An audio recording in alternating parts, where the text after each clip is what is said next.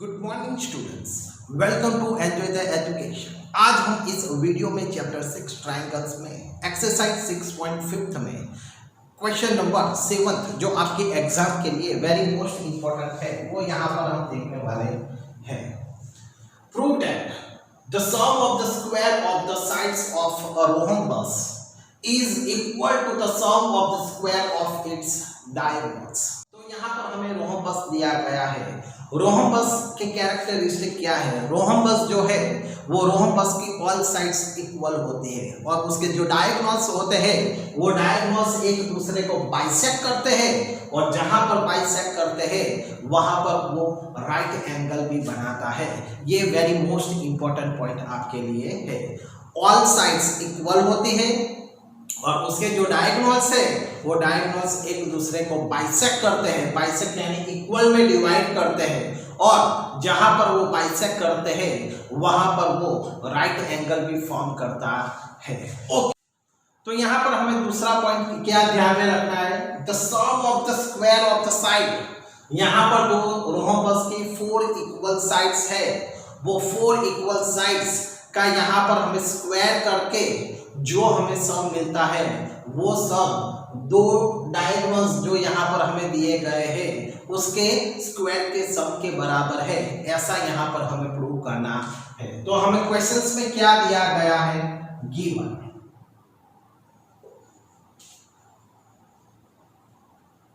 ABCD is a rhombus. Okay, और यहां पर हमें प्रूव करना है। क्या प्रूव करना है?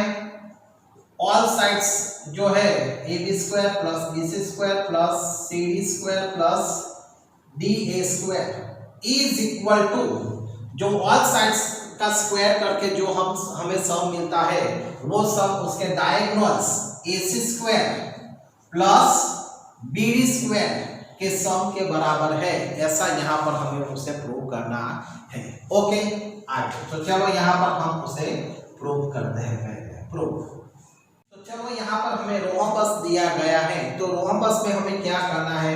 तो पहले तो रोहम्बस के जो कैरेक्टरिस्टिक है वो यहाँ पर हम लिख देते हैं। First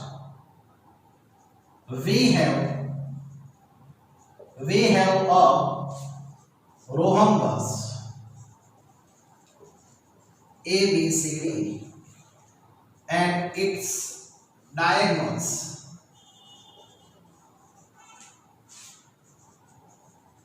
AC and BD bisect each other at point O and form right angle।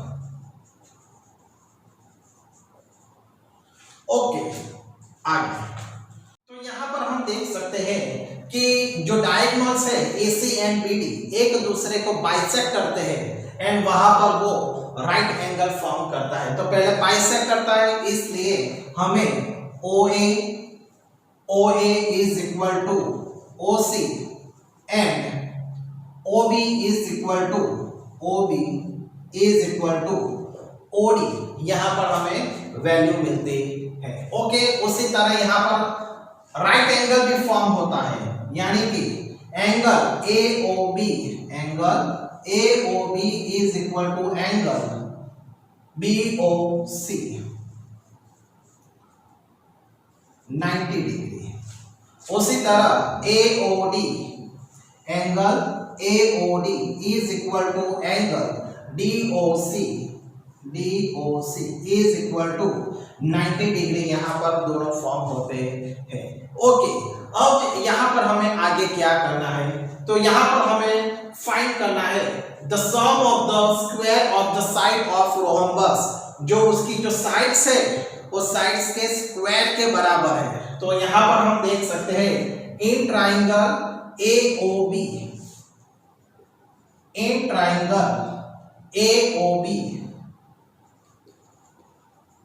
Angle O is equal to 90 degree. तो यूजिंग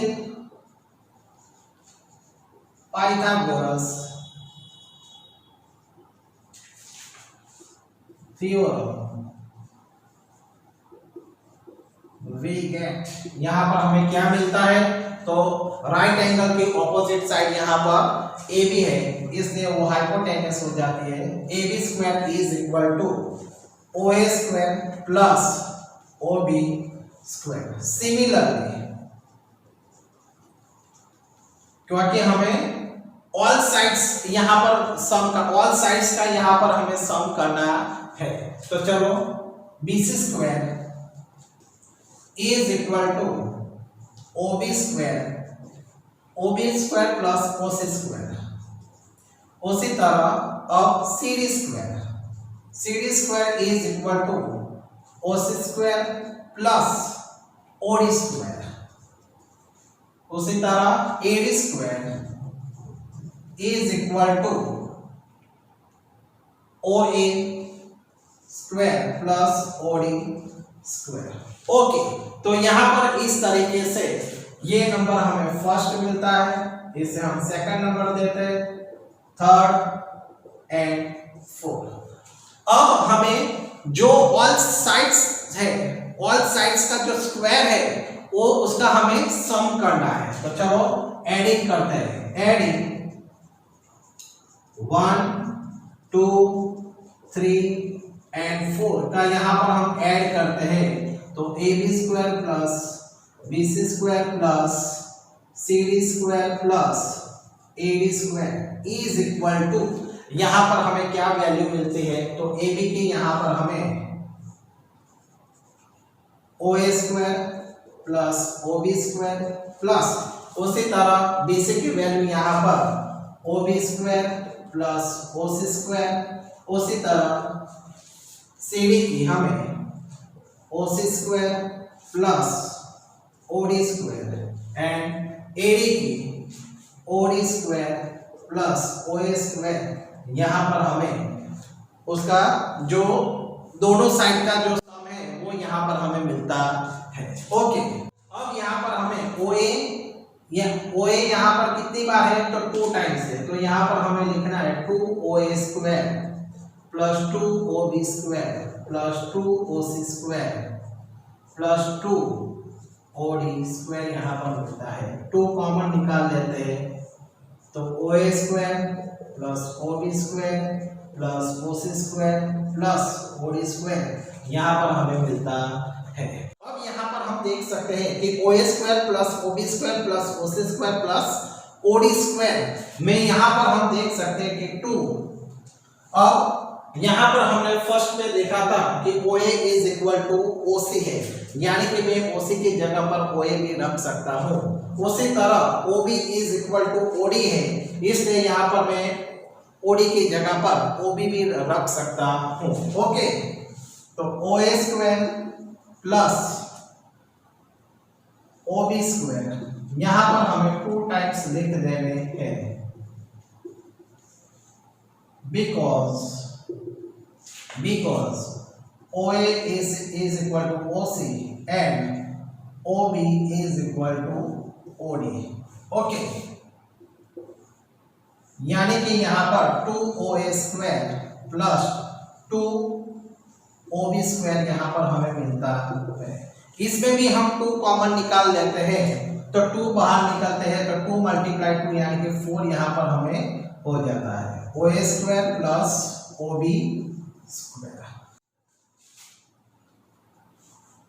अब हमें आगे क्या करना है, तो यहाँ पर हम देख सकते हैं कि O जो यहाँ पर मिलता है वो O हमें मिड पॉइंट मिलता है। O is the mid point of AC and BD is equal to 4। अब यहाँ पर हम देख सकते हैं कि OA स्क्वायर यानी OA जो वैल्यू है वो AC का हाफ है, इसलिए यहाँ पर हम लिख सकते हैं कि 1/2 AC होल स्क्वायर। उसी तरह OB जो यहाँ है वो BD का हाफ है, यानी कि 1/2 BD स्क्वायर। तो जिससे यहाँ पर हमें क्या मिलता है, तो 1/2 का स्क्वायर 1/4 मिलता है AC square plus 1/4 BD square.